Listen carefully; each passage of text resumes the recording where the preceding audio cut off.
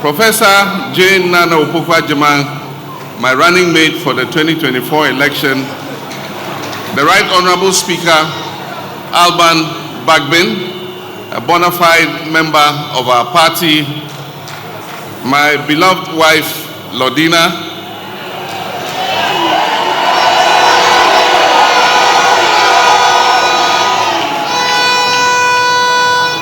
my dear children who are here with me, Sharaf, Shahid, Farida, thank you, I acknowledge you. Our National Chairman, Johnson Asiedun Ketia, our General Secretary, Fifi Fiavikwete, our traditional rulers who have been so kind to join us here today, also gathered to reignite and reaffirm the dreams of our forebears, led by Osajifo Dr. Kwame Nkrumah, the founder of our great nation,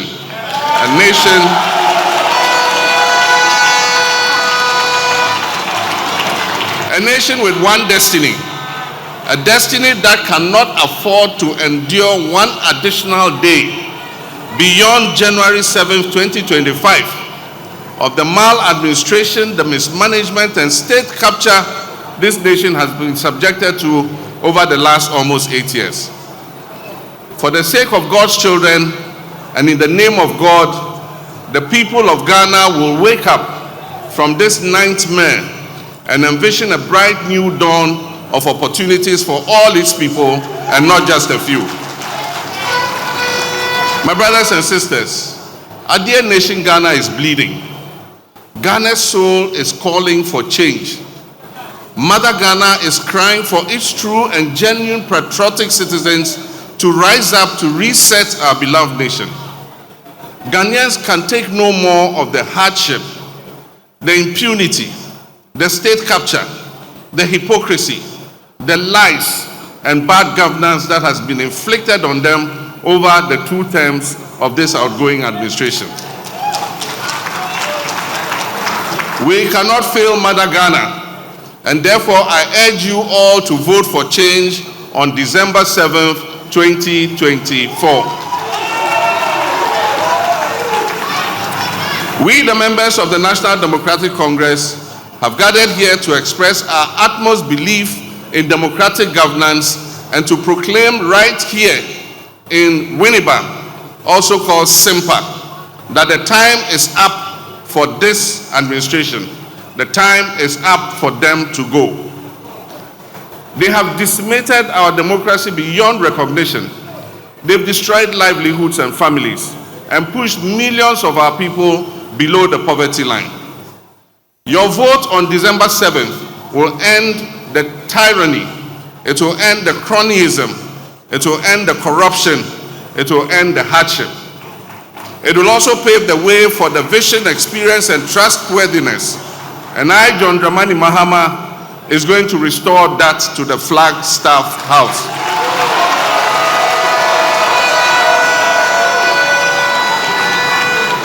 As I've said before, this government must begin writing their handing over notes if they have not started doing so already. This MPP administration has been the biggest political scam that has been pulled on Ghanaians since our independence in 1957. And I'll explain why. They were repackaged with ribbons and sweetly scented with enticing promises. Most Ghanaians will agree that Nana Akufo-Addo is indeed the president Ghana never got. And indeed, I dare say, his much-touted economic whiz-kid, Vice President Dr. Mahmoud Bawumia, is also the economic messiah Ghana never got.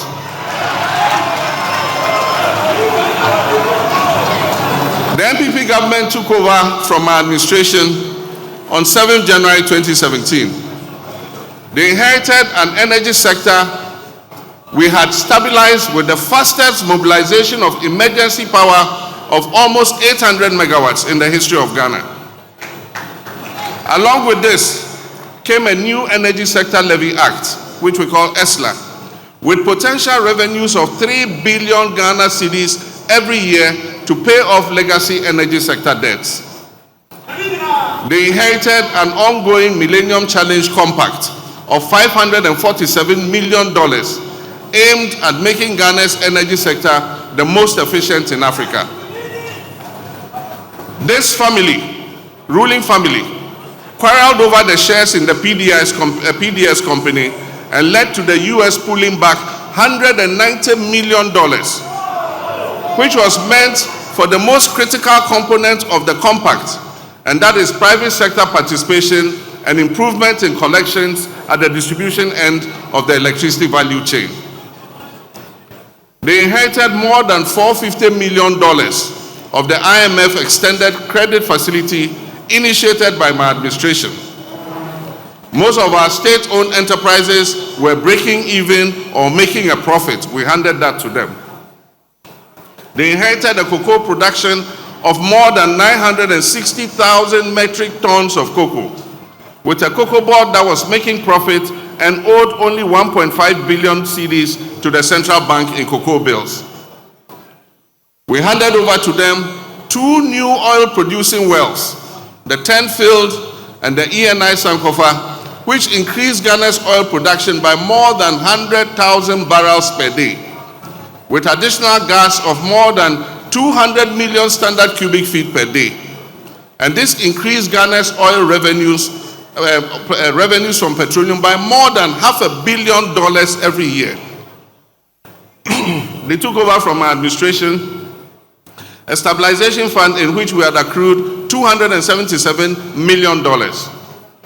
A Ghana Infrastructure Investment Fund with seed money of $270 million.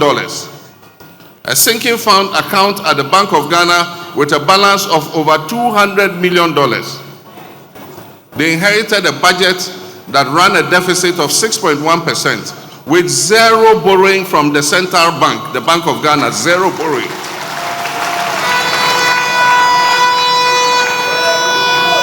They inherited a stable currency that traded at about 4 cedis to $1. Inflation was at 15.4%. Unemployment was at 8.4%. And when we handed over the administration of this country to the Akufo-Addo-Bawumia government, Ghana's debt as a percentage of our GDP was 56%.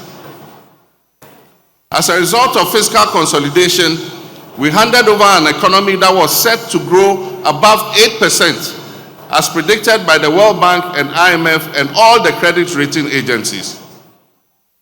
Private businesses enjoyed an enabling environment to thrive, and foreign investors were queuing to make investments in our economy. The NPP government also took off with a stabilized economy and significant buffers with enormous domestic and internal goodwill. Indeed, this has been the most favored government in our history. But alas, the Ghanaians' people's favor, their goodwill, has been repaid with only pain and anguish. This government has received more revenue than all governments combined in the history of Ghana.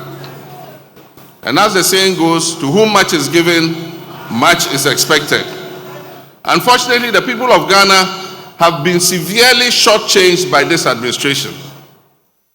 The scorecard of this administration has been abysmal. An inflation rate that went as high as 54% and is currently still hovering above 20%. Ghana today has one of the highest food inflation rates in the whole of Africa. We have a currency that has depreciated to almost 16 cedis to $1, and we've borrowed more than 70 billion from the central bank, the Bank of Ghana, causing a serious upsurge in inflation and causing the Bank of Ghana to go broke. We have a debt to GDP that went as high as 104%. And today, the unemployment rate is almost 15%, from just above 8% in 2016. Worst of all, Ghana has defaulted on her debt payments and has therefore engaged in a debt exchange that has resulted in painful haircuts, and they have deferred the tenure of bonds at lower interest rates. This has caused a lot of trouble for investors, including pensioners. Cocoa production, which has been one of the mainstay of our economy, has plummeted. And for the first time in the history of our country, the Cocoa Board annual syndication, which was sought after by all international banks, today it has no takers. Nobody is willing to lend Cocoa Board any money. Production volumes are down, and Cocoa Board is seeking to delay delivery of almost 350,000 tons of cocoa to next year. It means that your government, NDC, is the one going to have to find the 350,000 to fill that hole, to pay the debt. Cocoa Board has also defaulted on almost 13 billion Ghana cedis in cocoa bonds. Oil and gas production has declined by 32%, and debt to independent power producers has increased astronomically. Today, the majority of state-owned enterprises are posting massive losses. The COVID pandemic, rather than being an adversity, turned out to be a blessing, with a windfall for this government of almost 25 billion Ghana cedis of inflows, most of which were doled out to companies owned by family and friends. The majority of our citizens are convinced that our country, Ghana, is going in the wrong direction. Faith in our democracy is at its lowest, and many of our youth do not believe that constitutional governance is working for them. Faith in our democratic institutions and the political leadership is at its lowest ebb, and corruption is at its highest. And Ghanaians have become numb to the scandals that are exposed almost every week. And when you have a president who says he does not understand the hullabaloo that is being made about the sale of snitch hotels to a minister in his own government, then clearly he is on a completely different wavelength from the rest of us in this country. My brothers and sisters, this is a president who just doesn't get it. Many domestic and foreign investors have adopted a wait-and-see attitude. Many of them I have met have told me that they are waiting for a signal from the Ghanaian people that the political and business environment is going to change for the better, that we're going to effect a change of course so that we can provide a reasonable environment for them to put in their investments. Ladies and gentlemen, the Holy Book in Matthew 25, 14, 30 tells one of the parables of Jesus Christ. And this is the parable of the talents. This parable teaches us to invest whatever is put in our care wisely for the benefit of our master. The master in this case is the people of Ghana. This administration is just like the last of the servants who buried his talents that was given to him by his master, and when his master came, he returned the 1 talent to him. But in this case of Akufo-Addo and Bawumia and their cabal, they did not bury the 1 talent and give us back our 1 talent when we returned. They gambled with the talents that we gave them, and they landed the people of Ghana in a huge debt.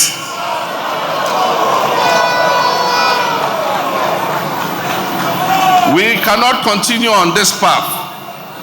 Lessons must be learned from the experience of these last almost 8 years. A vote for the MPP will be an expression of satisfaction with the impunity of the last 8 years. A vote for the MPP is a vote for a 3rd term for Nana Akufo-Addo. A vote for the MPP in this election is a vote to escape accountability. It is a vote to allow officials who have stolen and raped this country's resources to escape accountability and go laughing all the way to their bank accounts. Ladies and gentlemen, their flag bearer and his running mate, who have been prominent actors in this horror movie Ghanaians have watched these last almost 8 years,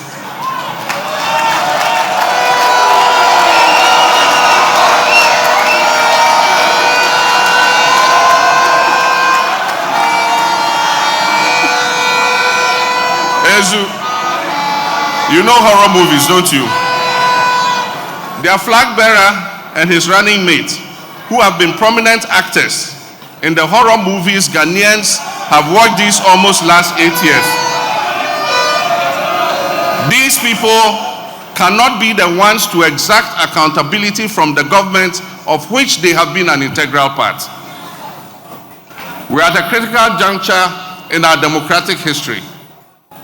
Choices we make in elections come with consequences. We cannot afford to fail this time. A restive youthful population does not have the luxury of trial and error. They do not have the luxury of trying a driver's mate who has learnt his driving skills from the same driver who crashed the Ghanaian vehicle of state.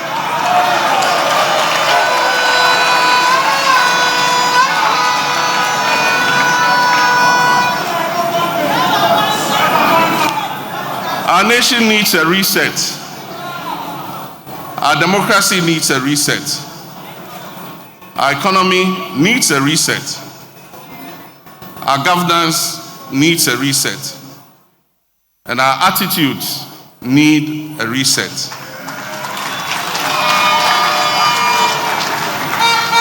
We need a government that will galvanize the efforts of all Ghanaians, irrespective of ethnicity, religion, or party affiliation.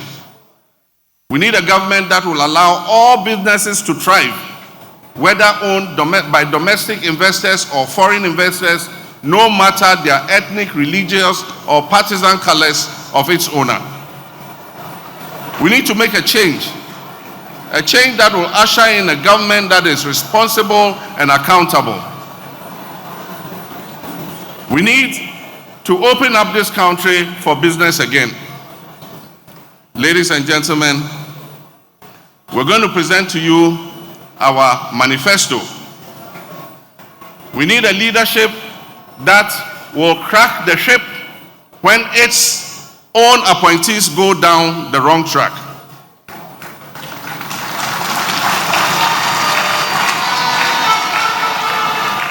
We need a responsive government that will respect the rights and freedoms of our citizens, including journalists, and address the ongoing decay of state institutions and fight corruption by deploying the Operation Recover All the Loot principle.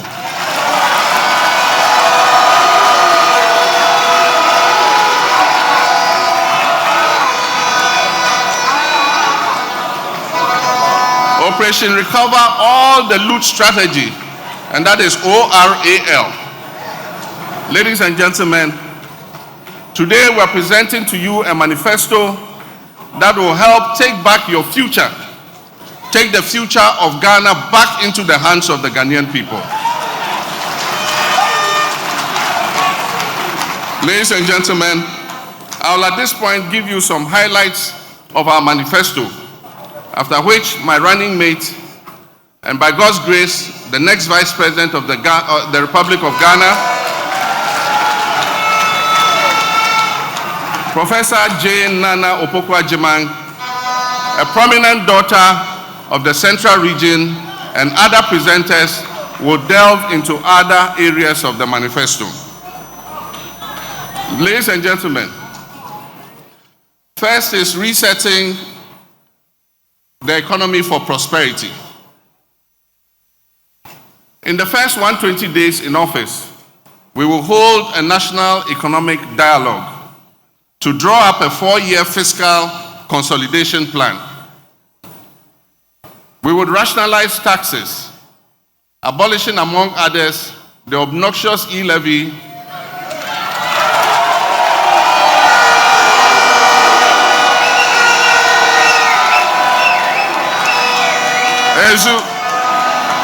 the COVID levy, and the 10% levy on bet winnings.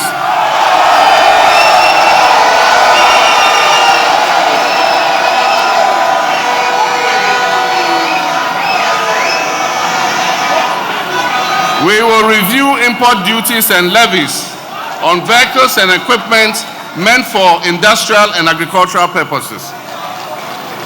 Ladies and gentlemen, We will rationalize port fees and charges and implement emergency measures to stabilize the cedi and the macroeconomic environment.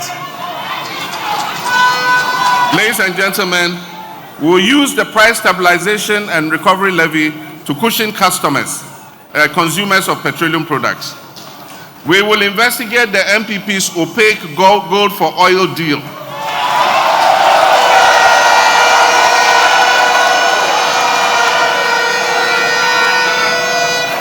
We will review the gold purchase program of the Bank of Ghana, and will restore the licenses of wrongfully collapsed banks and financial institutions.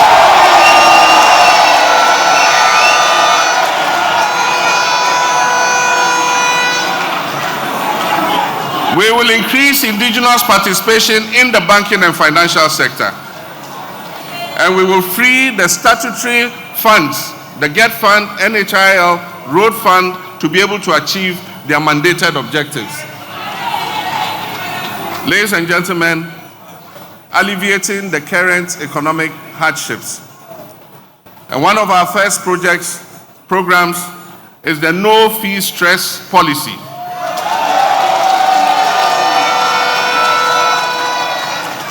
There are many students who are unable to take up their places in tertiary educational institutions because they cannot afford to pay the academic user fees, the academic fees.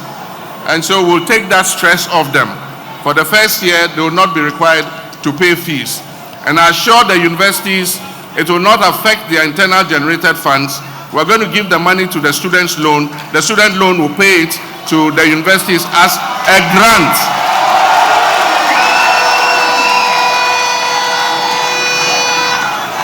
It will be paid as a grant, not as a loan. And aside from that, we're going to increase the subvention that goes to our public universities so that we can improve quality and learning in those universities.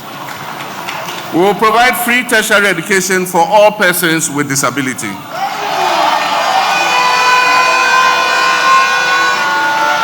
And we will provide free sanitary pads for girls in school.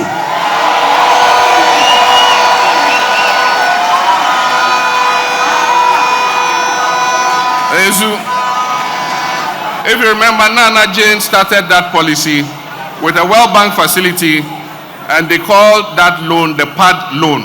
Yes, we are proud of the PAD loan. It will allow our young girls who are going through their periods to be neat and hygienic and not to miss school, be able to go to school all year round. We will uncap the National Health Insurance Levy. Currently, there's a cap on the levy, and so a certain portion of the levy goes into the consolidated fund. And so the Health Insurance Authority is not able to pay the health facilities, reimburse them for the services that they provide. We will uncap the health insurance so that all the National Health Insurance levy will go into the National Health Insurance Fund so that they can pay the hospitals for looking after our people. And of course, this is associated with it. We'll reprioritize the health sector by ensuring timely releases of payment to service providers. We'll establish the Ghana Medical Care Trust, into brackets, somebody calls it Mahama Cares, to support persons with chronic diseases such as kidney failure, cancer, sickle cell, diabetes, hypertension, and other health-related diseases.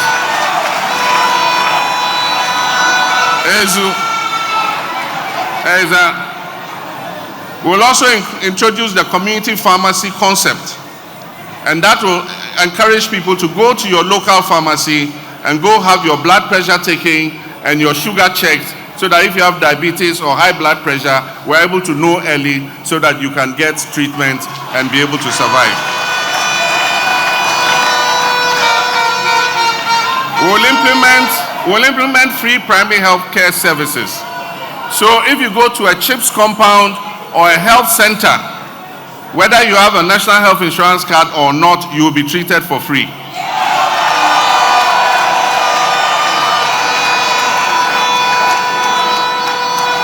And so from the health center level down, polyclinic, health center, CHIPS compound, if you go, you'll be treated for free. From the district referral hospital upwards, you use your Ghana card, your National Health Insurance card, and you receive treatment.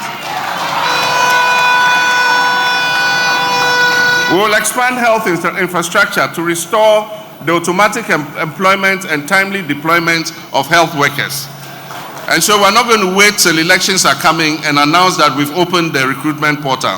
The recruitment portal will be open and will do continuous employment of health workers, doctors, and nurses.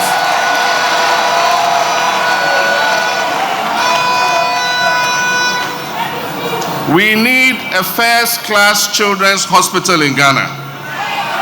The existing children's hospital has outlived this usefulness. And so we're going to construct a state-of-the-art 500-bed specialist children's hospital in Accra.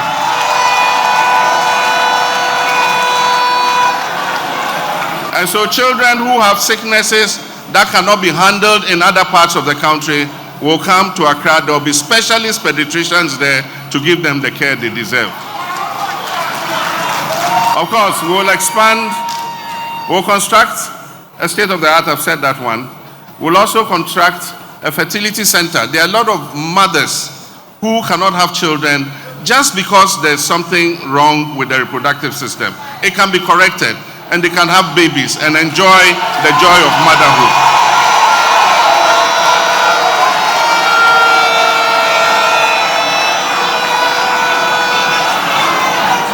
But currently, the prices that the private fertility hospitals charge are out of the range of most mothers. And so government will step in. We'll build a fertility center where mothers who want children can come for consultation, and they will be giving the treatment so that they also can enjoy the joy of motherhood. I'll go quickly. We'll expand the facilities at the whole teaching hospital in order that it can provide specialist services and also be a quaternary hospital to serve the University of Health and Allied Sciences. In the whole of the OT corridor up to the northeastern part of the country, there's no trauma hospital. And so we'll build a trauma hospital there so that persons who are involved in accidents on the Eastern Corridor Road will have a place where they can be treated properly before they are transferred.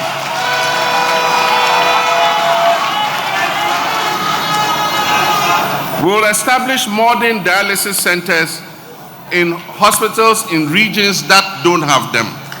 Currently, most of Upper West, my own hometown, Bole, and other places, if you have a kidney ailment, the only place you can go for treatment is in Kumasi. And you have to go with your wife, your family, you have to find a place to stay. It is a burden. And so we want to make sure that every region has a modern dialysis center so that we can ease the burden on persons with kidney ailments. We will build modern hospitals in Boko, Yendi, and other underserved areas. Ladies and gentlemen, this is the training.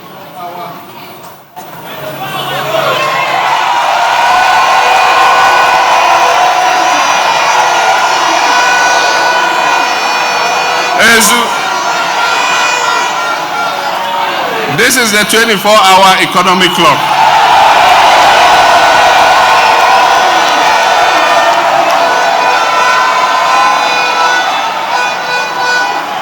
One job, 3 shifts, 3 people. 1, 3, 3.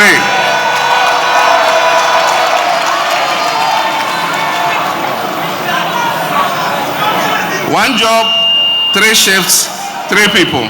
Obiabe Didi. Ezu. Extraordinary problems require extraordinary solutions for extraordinary results. And so businesses and public organizations will be encouraged to operate 24/7 in 3 shifts of 8 hours each. This will boost production, it will increase employment and provide well-paying jobs. It will transform Ghana into an import substitution and export-led country. It will increase employment opportunities and revenue, and it will enhance access to public services. We will focus on some selected public institutions that have huge customer traffic. For instance, the ports and harbors should be open 24/7. That means we have to employ more workers at the port. We have to employ more customs officers, more GAPOHA workers, more forklift operators and all that. We need customs. Customs should work 24/7, 3 shifts, so that at any time your items come, customs at any time of the day is open for business. You can go and process your import things, papers, and take your things out of the port. We must have a passport office that is operating longer than 8 hours, so that people who need passports and other such documentation can have access to it. We must have a DVLA that is working more shifts than 1 shift, so that more people can get their licenses processed in a shorter time than the current waiting time. In the private sector, the sectors that we are looking to promote and encourage to run 24/7 and 3 shifts are first the agro-processing sector. That is those who will process our cassava into cassava starch, cassava flour, gari, and all that. There's a huge market in Africa for all these products and in other parts of the world. Manufacturing, that is industry.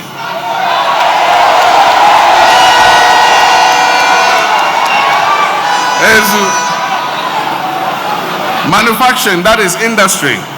And so the textiles industry, the fruits juice making industry, all the industries, the iron and steel industry will be encouraged to run 24/7. The pharmaceutical sector, we want Ghana to be the pharmaceutical hub of the whole of Africa, so that we'll produce medicines here and export them to all other African countries. Construction sites, we want our construction companies to work 24/7 all year, all hours round, so that they can deliver our infrastructure faster than they currently do. Financial services, the same. Sanitation and garbage collection. It is better to collect garbage, bola, in the night, rather than collect the bola and be competing with cars in the daytime when we have rush hour traffic. Extractive industries, the mines, mining bauxite, mining gold, mining manganese, lithium, they must work 24/7, 3 shifts every day. Hospitality industry, our restaurants, our discotheques, our nightclubs, our hotels, 24/7, 24 hours a day. Retail centers, all the malls, there's no reason why you should shut. People can come in the nighttime and buy items, so they should work longer than 8 hours. Transportation services, there should be buses running 24 hours, so that people who have to go to their jobs can be able to get a bus to go to their jobs. Security services, we need safety and security to be able to implement the 24-hour economy. And so we need more police officers, we need more soldiers, we need more prisons officers, more fire service officers, more customs, more immigration.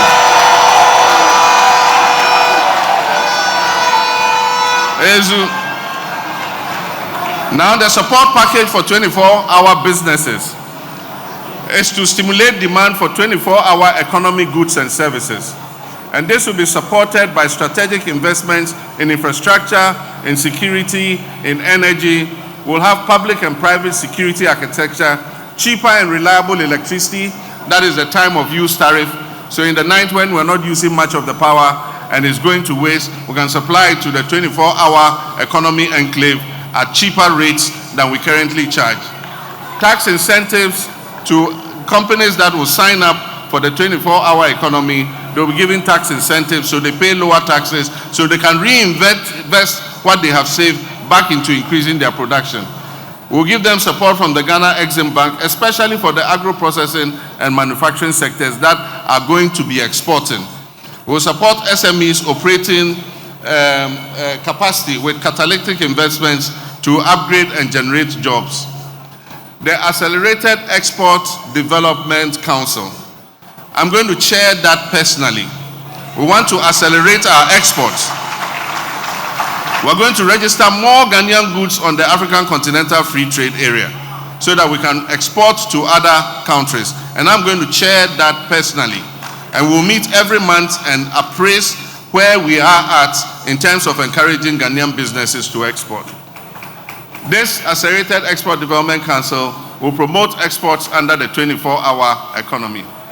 My running mate will talk more about this, so I will jump it. Women's Development Bank.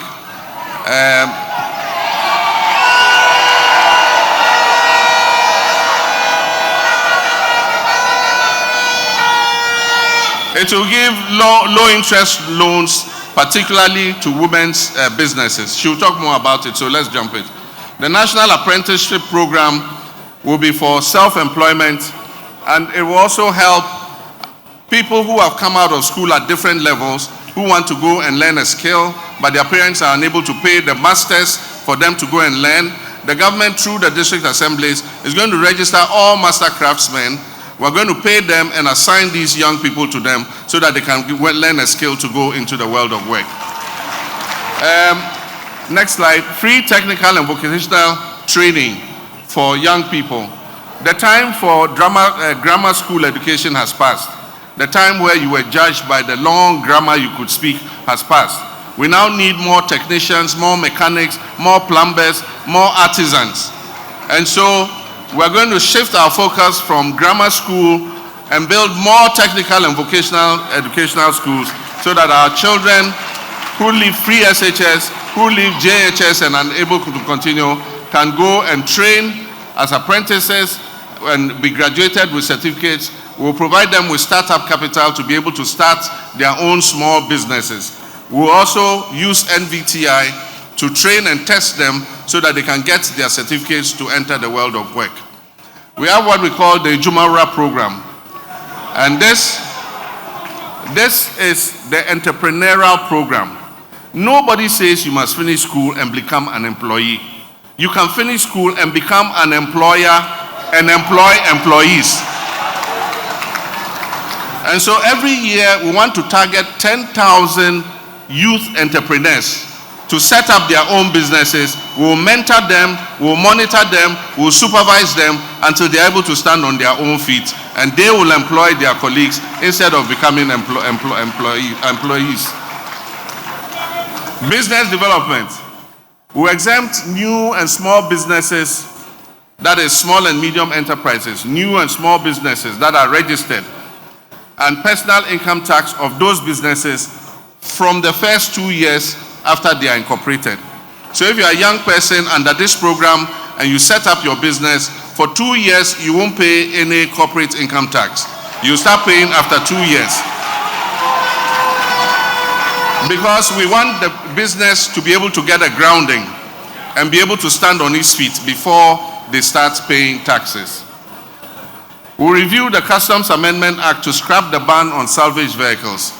Not everybody can afford a new vehicle. And so their vehicles in good shape, they must have had a small accident. We have young people in the magazine who are repairing these vehicles. If we say we're banning these vehicles, we're throwing those young people out of work. And so we'll allow salvage vehicles to come in so that other people can buy vehicles at affordable rates. And if we do this, it will save the local automotive industry. And so the Swami magazine, the Kokompes, the Aboso Kinds will continue to do their business even as we set up an automobile industry. We'll support the redevelopment of Kokompe, Aboso Kai, and all those magazines so that it creates a more congenial environment for people to come and do business. We'll implement a Made in Ghana agenda for the production and consumption of Made in Ghana goods.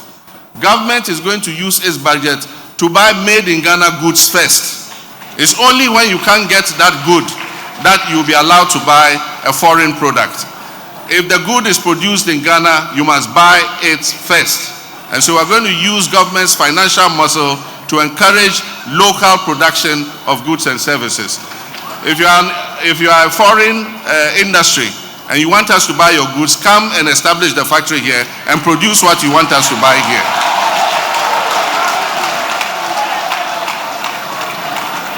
We will launch an Export Ghana policy, and it is the Accelerated Economic Development Council that is going to oversee this Export Ghana policy. And we're going to use that policy to facilitate exports under African Continental Free Trade Area and also the ECOWAS trade liberalization.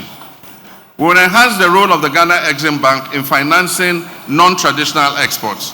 We will readjust their focus so that they are putting money into industries that are exporting products, so that we can give them capital at a cheaper rate. Money yo, am I right? A money yo pension scheme. We'll introduce a money yo pension scheme so that persons in the informal sector who want to put something aside for their pension and their retirement can put 10 Ghana cedis a day, 5 Ghana cedis a week, 50 Ghana cedis a week. They will keep paying it so that when it gets to their turn for retirement, they have some money that they can rely on. We'll also, this pension scheme will cover commercial drivers and my dear Okada riders. They will also be part of the pension scheme.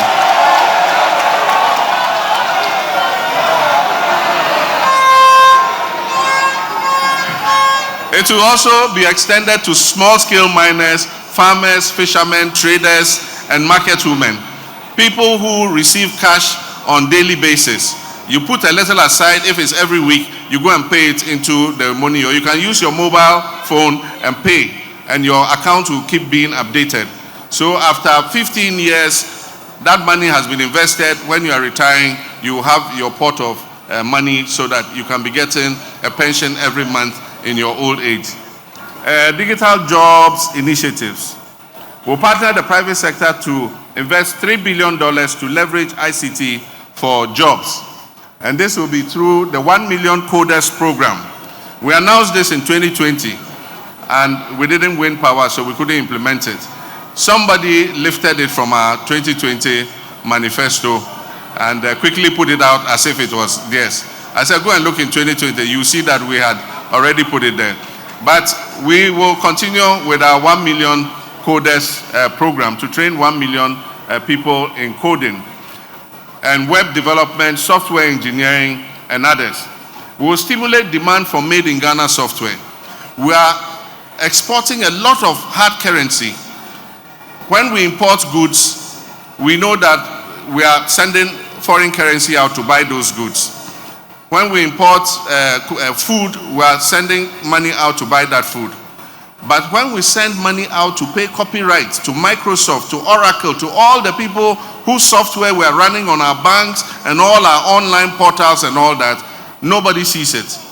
And so if we are going to train 1 million coders to do software, web hosting and all that, we must create a demand for it locally. And so government will first see if we have the available software in-house before we allow anybody to buy software from outside.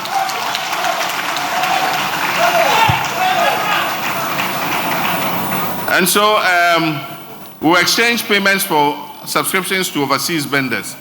We establish regional digital centers for business process outsourcing.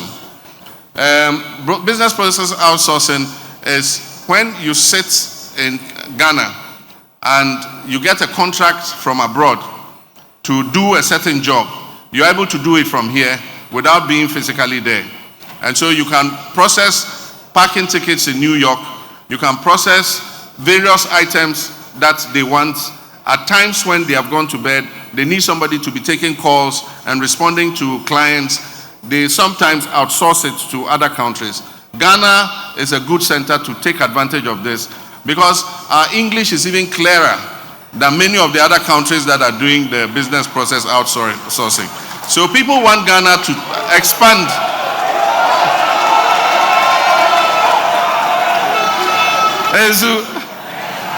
Invest 50 million in a fintech growth fund to promote digital entrepreneurs. I announced this long ago when I met the fintech entrepreneurs. Set up zonal ICT parks to make Ghana the Innovation, Artificial Intelligence, and Cyber Security Center of Africa. Redevelop the Dawa ICT Park into a World Center of Excellence. Ghana's first flagship program for jobs will work with the private sector to make Ghana the hub for pharmaceutical production. I've announced this already.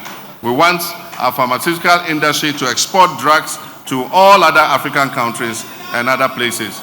We'll develop an integrated aluminum industry for industrialization. We'll invest in the production of plastics, fertilizers, and other synthetic materials here.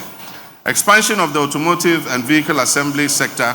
With this one, government is going, if we budget to buy vehicles, we're going to buy vehicles that have been assembled in Ghana. We will not buy vehicles from outside and bring them in. So all those who have set up automotive assembly plants here, if government needs vehicles every year, we're going to buy those vehicles from them, not from outside. We will promote light industrial manufacture, especially in the textiles and electronic products. Today I was speaking with an investor, and he was talking about the textiles industry. And I told him, I said, unfortunately, we're not producing our own cotton. And he said, you don't need to produce your own cotton now. You can import cotton from Burkina Faso. You can import cotton from Benin and start your textile industry. And when you have started it, you can backward integrate it in your own cotton production. Brilliant idea. So I told him, on 8th January, I'll be in the office. Come and see me, and let's start working.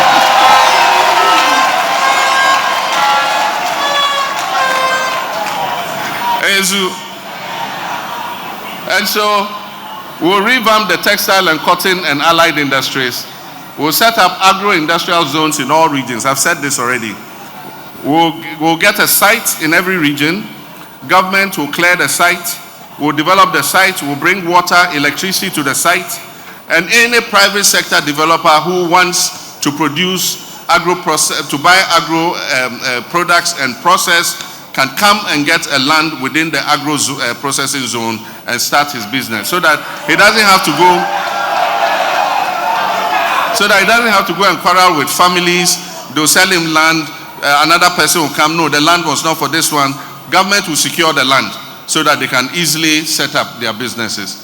Establish mini processing plants for cassava, tomatoes, fruits. Set up cashew processing factories in Bono East and Ahafo, where we have the most cashew. Set up ginger processing plants in OT. We look at the comparative advantage of every region, and we will set up the plants that suit that region. We're not doing one district, one factory.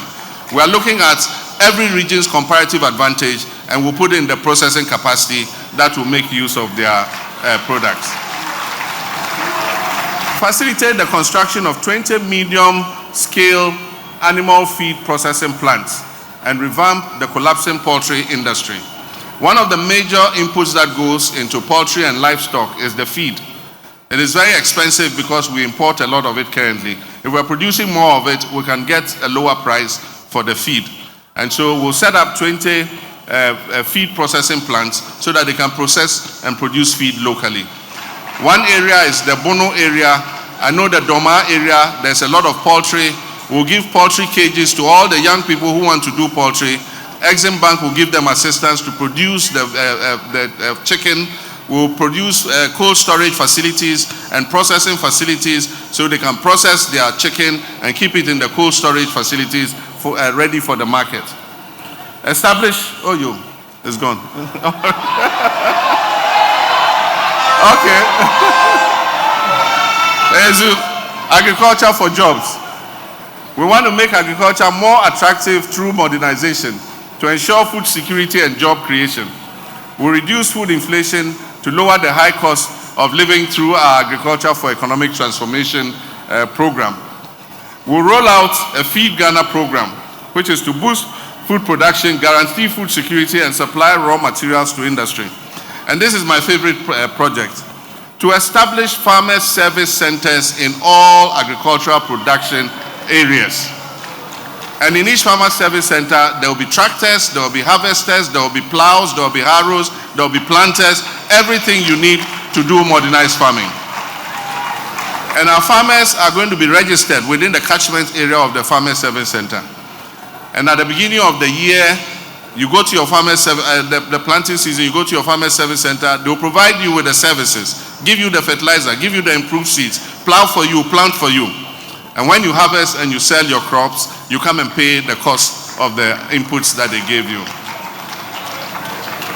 We'll create farm banks with agricultural zones to ease access to land and irrigation facilities for agricultural purposes and encourage young people to go into farming. We need to bring more of our land into irrigation because you know what happened this year. There was a drought in the north and parts of Bono region. For almost 8 weeks, the rain didn't fall, and so people have lost their crops. And so we'll go more for irrigations, even if small scale, boreholes. We have the Volta River, all along the banks of the Volta River, we can develop irrigation facilities. Promoting good governance and combating corruption. Remarkably reduce the size of government to 60 ministers. No more than 60 ministers. And so there will be other things for other people to do.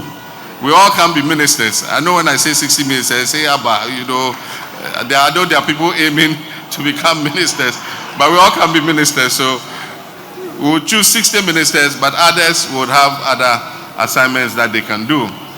Address the benefit disparities between Article 71 holders. I've said this already. We have two public servants, Article 71, and then the others who are under the fair wages.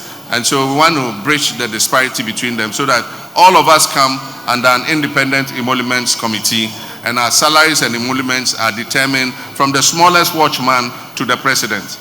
We will determine our salaries and wages. A ruthless war against corruption.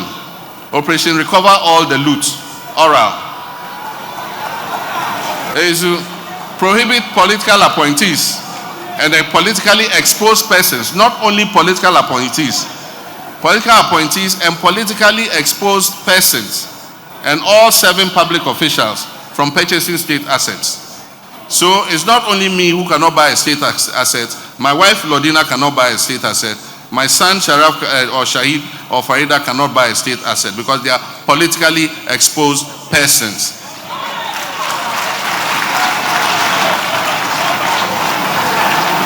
Reopen investigations into major unresolved cases, including the Ayawasu West Wagombai election violence, the 2020 election killings, the unresolved murder of Ahmed Swale and Silas Wulonchami. There are all these cases that occurred under this administration. They refused to investigate them. Even where they've investigated, they've refused to implement the report. They've not paid any compensation to the persons who are affected. We're going to look at all that and we'll deal with it. Dedicate equitable attention to all levels of education. Improve free SHS. Improve the quality of food for our children. Cancel the double track so that all our children can go to school at the same time. We're going to provide dedicated and sustainable source of funding for free SHS. The problem with the free SHS is it has no dedicated funding. And so it's subject to the hazards of the budget. And often the consolidated fund does not release funds. And so children go hungry because the funds have not arrived. Decentralize the procurement of food for SHSs to boost local economies.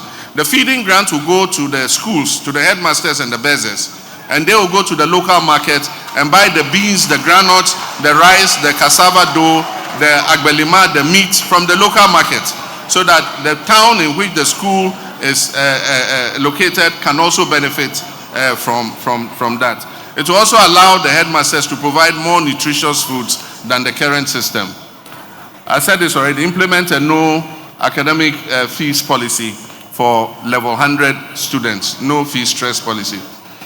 We'll use 5G and low Earth orbit systems to improve the quality of education across the country by extending course tutorials to students everywhere. We have good masters in different schools. And so for us, perhaps the best mathematics master is in Wesley Girls. The best French teacher is in Ghana Secondary School. The best geography teacher is in GSTS. Ghana Education Service will select these teachers, and they will be filmed teaching the course online. They will teach online, and we'll upload this course content on YouTube. And so you can go on YouTube and download what you want. If it's mathematics, you download it. If it's geography, you download it. But at the same time, it will be available on demand. And because we're going to put Starlink internet satellite on every secondary school, the teachers can use the Starlink to show the children the demonstration by these teachers. And so you can be in Bunkurugu Secondary School. The best maths master in Wesley Girls will be teaching you, because you'll be able to download his course material.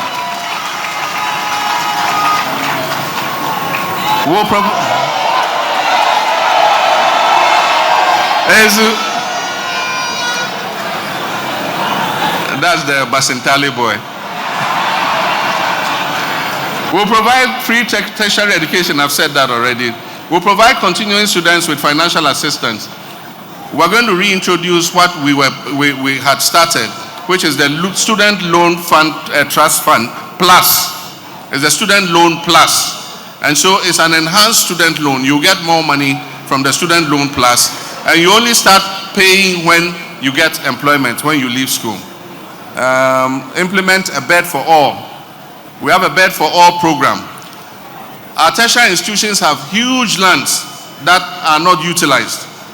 Normally, when we want to build a university, we take a huge piece of land, and after many years, part of the land is still lying fallow, and even people are encroaching on the land.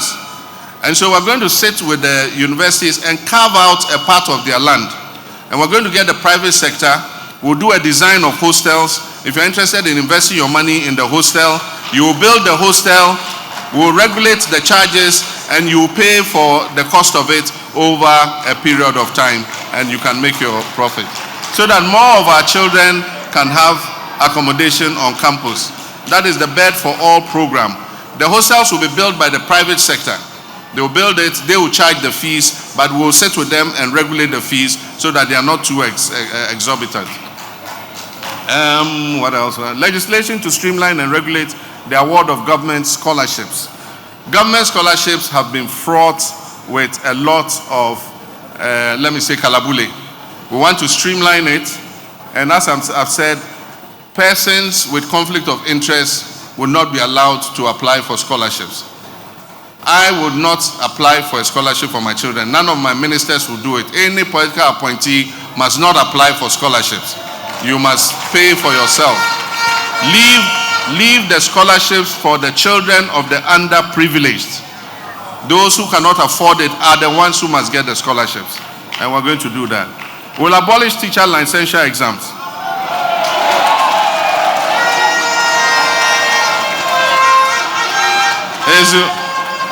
We'll abolish teacher licensure exams and integrate it into the licensing process in their final year exam. We'll institute the Teacher Dabre project. And what this means is that any new school we are building must be accompanied by accommodation for teachers. We're not going to build classroom blocks anymore without teacher accommodation. Every new classroom block, every school must have teacher accommodation. And we'll also accelerate providing accommodation by the existing schools that do not have them. And that will be the Teacher Dabre. It means where teacher will sleep program. In consultation with the stakeholders, we would push ahead with the implementation. This has been on the drawing board for a long time. That is 20% basic salary, special allowance for teachers and health workers who accept postings to rural areas. Most of our teachers and health workers don't want to go to rural areas. Everybody wants to serve in the city. And so we're going to map out what we define as rural areas. If you accept posting to go there, you get 20% of your basic salary as an incentive, as an allowance to teach in the rural area. Expand infrastructure to ensure prompt employment of nurses and teachers. And so that is also part of it. Assist teachers to own their own vehicles of their choice by offering flexible duty payment arrangements and employer guarantees in partnership with teacher unions and the banking sector. We will encourage teachers to take loans to own their own cars, teachers and other public sector workers. And so your bank will pay for the car, we will deduct it from your salary and pay straight to the bank. And what we'll do is, we will not waive the duty on the vehicle. What we'll do is, we'll allow you to pay the duty in small installments until you finish paying the duty, so that the car is yours. You'll be using the car while paying bit by bit by bit. I didn't say 1 cedi, 2 cedis. That would take 1,000 years to pay. But it will be a percentage of your salary that will go towards paying off the cost of the car and the installment payments of the duties. This is going to be the age of the railways. We have paid lip service to building railways for a long time, and this time we want to make a move on it. It's going to be done by build, operate, and transfer. Because we've been shut out of the international credit market, there's no way we can go on the capital market and borrow to build railway lines. We're going to offer an expression of interest, transparent, to companies that are willing to invest in our railways, and they will bring the money, they will build the railway lines, and all the revenue will go towards repaying the railway lines. And so if it takes 25 years to repay, they will control it for 25 years. After 25 years, when they have recouped their money, then we'll sit down with them, and then they will transfer the assets to the government of Ghana. And so the western and eastern lines will be connected to the landlocked countries. And so there will be a line that joins from the western and eastern lines and goes up north to Burkina Faso, so that we can send Burkina Faso containers up to their country, and we can bring down their cotton and their imports down to the ports for exports. Construct urban intracity railways and BATS rapid transits. The time has come for us to take some of our people off the roads. Many countries are moving in that direction. And so there are light railways that supplement the urban transport system. And so we'll do a feasibility study and see how we can get BOTs to start light transit rail. Promoting responsible mining, ban issuance of new mining leases and activities in forest reserves. We're going to close the forest reserves and get all those Akunta mining and all of them who have desecrated our forest reserves. We are going to march them out of the forest reserves. Some of those trees in the forest reserves are 700, 800,000 years old. And just because you want to take a little gold from there, you go and destroy the whole forest reserve. That is why we're having drought in our country today. That is part of the reason why our cocoa industry is going down, because we're not getting enough rainfall. Because looking for that small gold they will get, they are destroying all the forest reserves and destroying the climate in our country. So those there, get ready, start packing your things. After 7th January, if you are not out of the forest reserve, we are going to come and march you out of the forest reserve. We'll establish mining cooperatives in all mining districts. We'll set up a gold board that will be responsible for buying gold from the small-scale mining sector. The way we have the cocoa board, buying cocoa from the farmers, we'll have a gold board that will buy all the gold from the small-scale miners. It will send it to our own refinery to be refined, and we'll export refined gold and get all the value addition instead of sending the raw bullion out the way we are currently doing. Decentralized regulatory licensing and processes for artisanal miners. That is, setting up offices of the Minerals Commission in all mining districts. Implement a blue water initiative to heal and harness the environment.